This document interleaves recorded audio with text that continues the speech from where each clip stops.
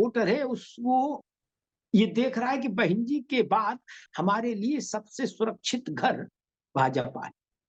यानी भाजपा की सारी स्ट्रेटजी ये है कि ठीक है बहन जी हैं, तब तक आप बहन जी के साथ प्रतिबद्ध रहिए, लेकिन बहन जी के बाद फिर हमें को चुनिए। और उसका परिणाम ये है कि बहन जी के रहते हुए उनका जनाधार जो है 27-28% से घटते घटते घटते घटते 9-9.5% पर आ गया। और अब की जो चुनाव परिणाम जो आया है आज, इसमें जब प्रतिशत निकलेगा तो शायद बसपा के लिए और बुरी खबर, क्योंकि मैं पूरी प्रतिबद्ध उसके अपनी समझ के साथ कह रहा हूं कि 9.5 से भी बहुत नीचे आ गया होगा बीएसपी का वोट परसेंटेज। एक तो विषय, दूसरा विषय ये, योगी आदित्यनाथ ने अपनी क्षमता, चुनाव जिताने की क्षमता को फिर से रेखांकित कर 38-39 साल का रिकॉर्ड तोड़ा था 2022 में योगी आदित्यनाथ, जब वो मुख्यमंत्री के तौर पर चुनाव में गए, वही चेहरा थे। इसलिए ये भी कोई नहीं कह सकता जैसी 17 की बात थी। 22 में तो कोई भ्रम ही नहीं था, योगी जी ही चेहरा थे। 38 साल का रिकॉर्ड तोड़ा उत्तर प्रदेश में कि कंटिन्यूएशन में कोई मुख्यमंत्री सरकार दोबारा चुनवा के ले आए। और योगी जी ने जो नारा दिया, योगी आदित्यनाथ, कटोगे तो बटो। मैंने आज शाम को भी एक शो में इस बात को रखा अपने यहां, अब फिर कहता हूं, आजादी की लड़ाई के दौरान नारा आया, अंग्रेजों भारत छोड़ो और करो या मरो। 75 में आपातकाल के विरुद्ध जयप्रकाश जी ने नारा दिया, डरो मत अभी मैं जिंदा हूं। 80 के उत्तरार्ध में नारा आया, रामलला हम आएंगे, मंदिर वहीं बनाएंगे और कहो गर्व से हम हिंदू।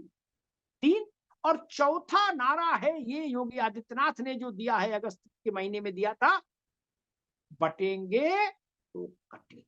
लिख लीजिए मेरी बात, ये उसी श्रेणी का नारा है जो मैंने पहले से 3 बताए, आजादी का, आपातकाल का, राम मंदिर आंदोलन का, और उसके बाद इस चौथा महत्वपूर्ण नारा है।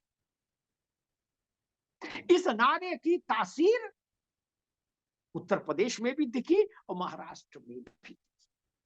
महाराष्ट्र में तो ऐसी दिखी कि भाजपा के लोग भी कह रहे हैं कि अप्रत्याशित प्रसाद दिया है जनता ने, अप्रत्याशित आशीर्वाद दिया है, झोली भर दी। कोई झोला ले जाए, इसको भर दो, और भरने वाला बोरा भर के दे दे, जाओ। 132-33 सीट जिता दी भाजपा को अकेले।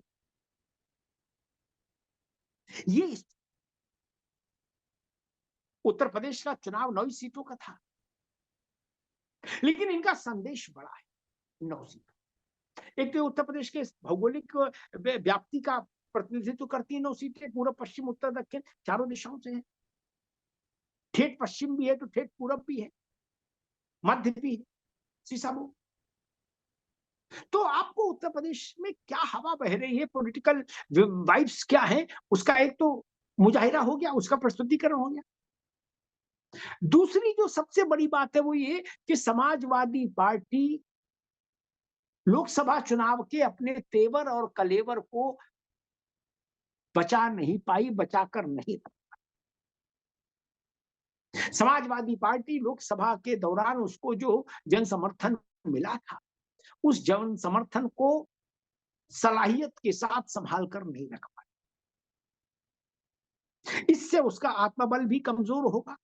टीवी पर बैठ के कुछ भी कहें जोशी जी या कोई, लेकिन सच बात है, आत्मबल कमजोर हो, क्योंकि जीत जीत होती है और पराजय पराजय। ये वैसी बात है कि जब घोसी जीती थी समाजवादी पार्टी ने, तो वो टॉप ऑफ द स्काई थी, 7वें आसमान पर। फिर लोकसभा चुनाव जीत में 37 सीट जीती तो आसमान से भी ऊपर आसमान पर। तो जीत पर जब आप आसमान पर हैं तो पराजय पर आपको शोक भी करना हो, ठीक बात, स्वाभाविक रीत है, यही रीत है राजनीति की। और समाजवादी पार्टी को इस बात पर जरूर चिंतन करना चाहिए कि मुस्लिम बहुल इलाकों में भाजपा की इतनी बड़ी जीत कैसे हो। रामपुर और आजमगढ़ भाजपा ने जब जीता था तो उसने समाजवादी पार्टी के 2 दुर्धर्ष किले गिराए, दुर्धर्ष शब्द इस्तेमाल कर। और आज कुंदरकी जीती है तो कुंदरकी को भी मैं रामपुर की ही श्रेणी में रखूंगा, आजमगढ़ की ही श्रेणी में रखूंगा। कुंदरकी उतनी ही महत्वपूर्ण सीट है। भाजपा के प्रत्याशी रामवीर सिंह ने इतिहास ही रच दिया, इतिहास, भूतो न भविष्यति जैसी स्थिति पैदा हो। योगी जी जब प्रेस कॉन्फ्रेंस करने आए तो उन्होंने सबसे पहले कुंदरकी का ही जिक्र किया, रामवीर सिंह का ही जिक्र। यहां समाजवादी पार्टी के जो प्रत्याशी हैं रिजवान, हाजी रिजवान,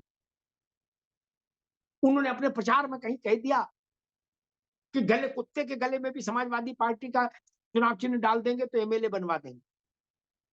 सोचिए, लोकतंत्र में ऐसा मिजाज,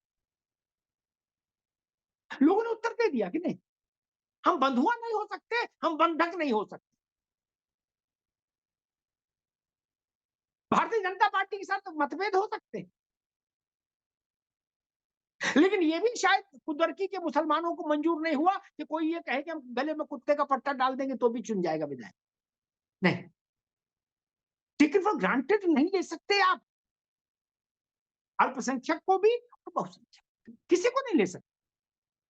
आज सामान्य व्यक्ति के पास में एक ही तो ताकत है, वोट, और उसको भी अगर आपने अपनी बपौती मान लिया तो फिर तो लोकतंत्र ही खत्म हो गया।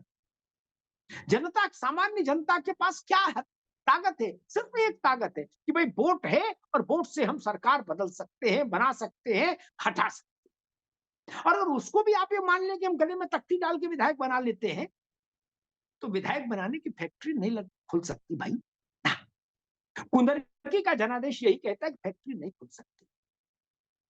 और जब इस बात पर सब दल राजी थे आज से पहले कि 23 को जो भी परिणाम आएगा वो 27 के विधानसभा चुनाव का सेमीफाइनल माना जाएगा, उसका ट्रेलर माना जाएगा, तो आज उसको स्वीकार करना चाहिए। आप सोचिए, अगर भारतीय जनता पार्टी की 2 सीट आई होती तो कैसा राजनीतिक कोहराम मच रहा होता देश में।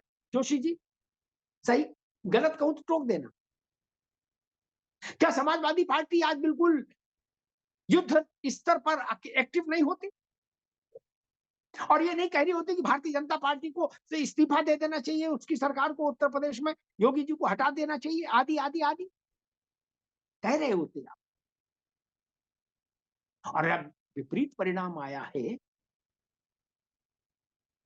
तो उन आरोपों को दोहराने से अब लाभ नहीं होगा। जिन आरोपों के जरिए आपने नैरेटिव सेट करने की कोशिश की कि मुस्लिम बहुल इलाकों में वोट नहीं डालने दिया सरकारी मशीनरी ने, तो 23 के नतीजों ने बता दिया, आज के नतीजों ने, कि मुस्लिम बहुल इलाकों में विशेष तौर पर सीसामऊ, कुदरकी, सीसामऊ में आप जीते हैं तो बिना मुसलमान के वोट के नहीं जीते, और कुदरकी में आप हारे हैं तो वो भी इसलिए, इतनी बुरी तरीके से हारे हैं तो वो भी इसलिए हारे कि मुसलमान, कुदरकी का मुसलमान आपके खिलाफ खड़ा।